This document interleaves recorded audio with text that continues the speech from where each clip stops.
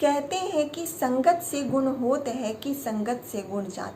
यानी कि हम अगर किसी इंसान की संगत में रहते हैं, दुनिया में कोई भी इंसान तो परफेक्ट नहीं होता। हर इंसान के अंदर कुछ अच्छाइयाँ होती हैं, कुछ बुराइयाँ होती हैं। यानी कि हम जिसकी संगत में रहते हैं उसके अंदर की हम अच्छाइयाँ भी ले सकते हैं और बुराइयाँ भी ले सकते हैं। इसीलिए कहा जाता है कि दोस्त सोच समझ के बनाना चाहिए, ताकि उसकी संगत का असर हमारे ऊपर ज़रूर पड़ता है। नमस्ते दोस्तों, मेरा नाम है डॉली और आपका फिर से स्वागत है मेरे चैनल पर, जिसका नाम है घटनाएं आपके आसपास की। आज जो मैं आपको कहानी बताने वाली हूँ ये वेस्ट बंगाल की कहानी है। मैं जगह का नाम नहीं बता सकती, क्योंकि जिसने भी मुझे ये कहानी बताई है, काफ़ी पुरानी कहानी है। वो बताते हैं उनके पड़ोस की कहानी। उसने मना किया है कि जगह का नाम नहीं बताने, इंसान का नाम नहीं बताने। कहानी एक ऐसे आदमी की रहती है, अच्छा खासा आदमी रहता है, उसका अपना घर रहता है, घर में फैमिली रहती है, सारी खुशहाल रहता है, उसको किसी चीज़ की कमी नहीं रहती है। घर में पैसे रुपए की कुछ की कमी नहीं होती। उसके कुछ दोस्त रहते हैं, अच्छा खासा आदमी रहता है, उसको सभी लोग जानते हैं, बहुत अच्छा आदमी रहता है, बहुत ही पोलाइट रहता है, सभ्य इंसान रहता है वो। उसके कुछ दोस्त होते हैं। एक दिन वो प्लान बनाते हैं किसी छोटी मोटी दुकान में चोरी करने का, और उसे भी अपने साथ चलने को बोलते हैं। वो मना करता है, बोलता है कि नहीं, मेरे घर वालों को पता चल गया, ये बात पता चल गई तो काफ़ी बुरा होगा, वो लोग मुझे बहुत डांटेंगे बहुत, और वैसे भी ये चोरी करना अच्छी बात नहीं होती है, तुम लोग भी ऐसे काम मत करो। उसने अपने दोस्तों को काफ़ी समझाया, लेकिन दोस्तों ने उसे फोर्स किया।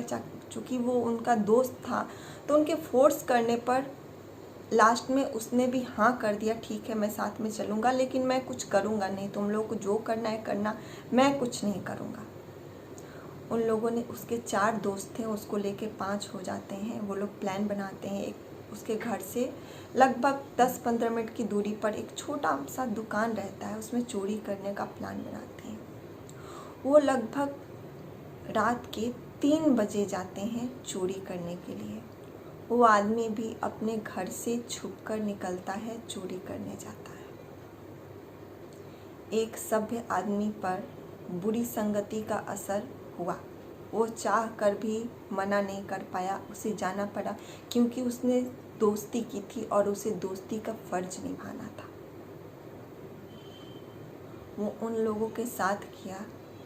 उसके दोस्त वहाँ पे गए, चोरी करने लगे, लेकिन अचानक से वहाँ के आसपास के लोग उठ जाते हैं और लोग वहाँ घेर लेते हैं उन सबको। लेकिन इत्तेफाक से उसके चारों दोस्त भाग जाते हैं और वो इंसान पकड़ा जाता है,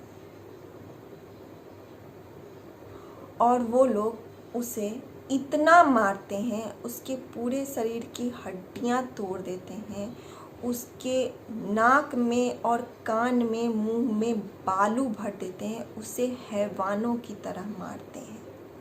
वो लोग सारी दरिंदगी की हद पार कर देते हैं, ऐसी सज़ा, ऐसे क्राइम के लिए जो उसने की ही नहीं थी।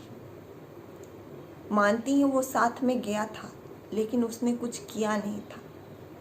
लेकिन बोलते हैं ना कि गेहूं के साथ घून भी पिसता है, वही हालत उसके साथ हुई थी। उसने बहुत बड़ी गलती की थी अपने दोस्तों के साथ जाकर। उसके दोस्त तो उसको उसी हालत में छोड़कर भाग गए। वो चिल्लाता रहा, बोलता रहा कि मैंने कुछ नहीं किया, लेकिन लोगों ने उसकी एक ना सुनी और उसको बहुत बुरी तरीके से, दरिंदे की तरह से लोगों ने मारा। लोग चाहते तो उसको पुलिस के हवाले भी कर सकते थे, लेकिन लोगों ने ऐसा कुछ नहीं किया। लोगों को तो बस अपनी हिम्मत दिखानी थी, अपना हौसला दिखाना था कि हाँ, हमने एक चोर को पकड़ा और उसे ऐसी सज़ा दी कि सारे चोर ज़िंदगी भर याद रखेंगे। लेकिन वो लोग ये नहीं सोच पाए कि इसको ऐसी सज़ा देकर हमें बाद में कैसी ग्लानि हो सकती है अगर इसे कुछ हो गया तो। वो लोग उसे डरा सकते थे, 2-4 थप्पड़ दे के पुलिस के हवाले कर सकते थे, लेकिन उन्होंने ऐसा कुछ भी नहीं किया। उन्हें अपनी बहादुरी दिखानी थी, इंसान को मारकर।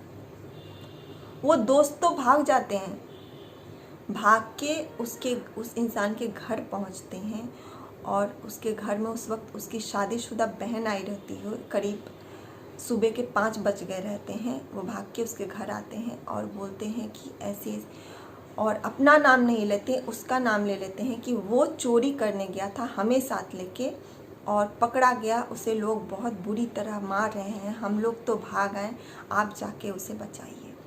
उस वक्त काफ़ी तेज बारिश होने लगती है। उसकी बहन बेसुध होके दौड़ी हुई जाती है जो जगह उसके दोस्तों ने बताई थी, लेकिन उसके दोस्त उस जगह पे नहीं जाते डर से। जब उसकी बहन जाती है तो सारे लोग उसको मार के अधमरा करके चले गए रहते हैं। वो पड़ा हुआ रहता है बारिश में, जैसे कि एक डेड बॉडी पड़ी रहती है। उसका भाई उस औरत का उसी तरह पड़ा हुआ था। उसके अंदर हिलने की भी हिम्मत नहीं थी। उसके कान, नाक, मुंह के अंदर बालू डाल दिया था उन लोगों ने। ऐसी और तो और उसकी उंगलियों की जो नाखून थी उसे उन लोगों ने खींचा था, नाखून खींच लिया था, पैर की उंगलियों की और हाथ की उंगलियों की। इतना टॉर्चर किया था उसको। उसकी बहन जब जाती है दौड़ के तो बहुत तेज बारिश होती रहती है। उसका भाई पड़ा हुआ था, उसके मुंह से वो बालू निकालती है और आसपास के लोगों से मदद के लिए चिल्लाती है, लेकिन कोई नहीं आता। बोलता कि ये चोर है, इसकी मदद के लिए हम क्यों आए। किसी को रहम तक नहीं आती उस पर, उसकी ऐसी हालत देखकर। उसकी बहन उसके मुंह से बालू निकालती है, अपना आंचल भिगा के उसके मुंह में पानी डालती है। वो कराह रहा था, उसका हाथ पैर टूट चुका था, उसका सर फट चुका था। लोग इतने दरिंदे कैसे हो सकते हैं? इतनी हैवानियत किसी के अंदर कैसी भरी हो सकती है, सिर्फ एक चोरी को लेकर? मानती हूँ चोरी करना पाप है, लेकिन क्या उन लोगों ने जो किया वो सही था? वो पुलिस को दे सकते थे, उसको डरा धमका के पुलिस के हवाले कर देते, लेकिन ऐसी दरिंदगी। वो बेचारी बहन चिल्लाती रही कि मेरे भाई की मदद करो, इसे हॉस्पिटल ले चलो, लेकिन किसी ने उसकी मदद नहीं की। आखिरकार एक रिक्शे वाला आया, वो अपने भाई को रिक्शे पर बैठाया। उस वक्त फ़ोन नहीं होता था, ये काफ़ी पहले की बात है, उस वक्त फ़ोन कहीं भी नहीं होता था। रिक्शे पर बैठाती है, रिक्शे पर बैठा के उसे हॉस्पिटल लेके जाती है, लेकिन हॉस्पिटल में इलाज करते वक्त ही उसके भाई की मौत हो जाती है। ये मिली थी उसे दोस्ती करने की सज़ा, अच्छे दोस्त चुनने की सज़ा। अगर वो दोस्त सोच समझ के चुनता, अगर उनकी संगत में नहीं रहता तो उसे जाना नहीं पड़ता और उसकी इतनी दर्दनाक मौत नहीं होती। उसका पोस्टमार्टम होता है, पता चलता है काफ़ी सारी हड्डियां टूटी रहती हैं, सर फटा रहता है, स्टिचेस लगते हैं उसको। जब उसकी बॉडी उसके मोहल्ले में लेके आई जाती है, सारे लोग रो पड़ते हैं, क्योंकि सब जानते थे कि वो एक अच्छा इंसान था।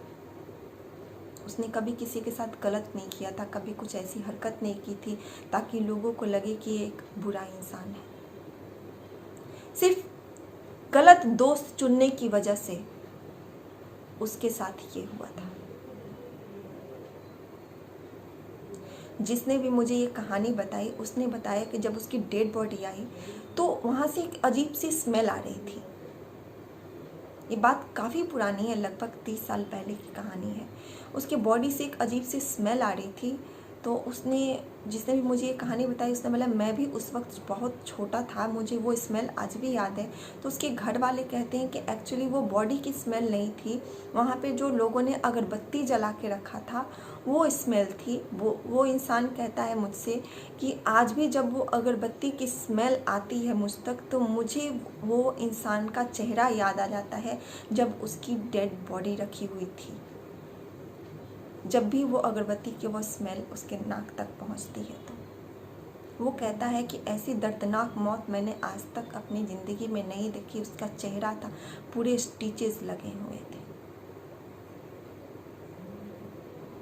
आप समझ सकते हैं कि एक गलत दोस्त चुनने की वजह से आपके साथ क्या हो सकता है। उसीलिए कभी भी दोस्ती करें तो सोच समझ के करें। कोई भी कितना भी आपको फोर्स करे गलत करने के लिए तो आप ना करें, गलत गलत ही होता है।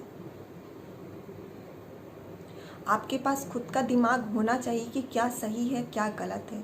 हर इंसान, कोई भी इंसान दुनिया में परफेक्ट नहीं होता। हर इंसान के अंदर अच्छाइयाँ बुराइयाँ दोनों होती हैं। आपको किसी की भी अच्छाइयाँ लेनी है, बुराइयाँ नहीं लेनी है। दोस्तों, अगर मेरी वीडियो आपको अच्छी लगी हो तो मेरे वीडियो को लाइक करें, कमेंट करें, शेयर करें और मेरे चैनल को सब्सक्राइब करना ना भूलें। और हाँ, बेल आइकन को भी प्रेस ज़रूर करें ताकि कोई भी मेरी नई वीडियो आए तो आप तक नोटिफिकेशन ज़रूर पहुँचे। अगर आपके पास भी कोई ऐसी कहानी है तो डिस्क्रिप्शन बॉक्स में मेरा इंस्टाग्राम का लिंक है, मुझे फॉलो करें और अपनी कहानी मुझे बताएं ताकि मैं लोगों तक आपकी कहानी पहुंचा सकूं। मैं जो भी आपको कहानी बताती हूँ ये एक तरह से कुछ कहानियाँ आपके शिक्षा के लिए होती है, चेतावनी होती है कि आप भी ऐसी भूल ना करें। आज की वीडियो के लिए इतना ही। मिलती हूँ अगले वीडियो में, तब तक के लिए आप सबको नमस्ते।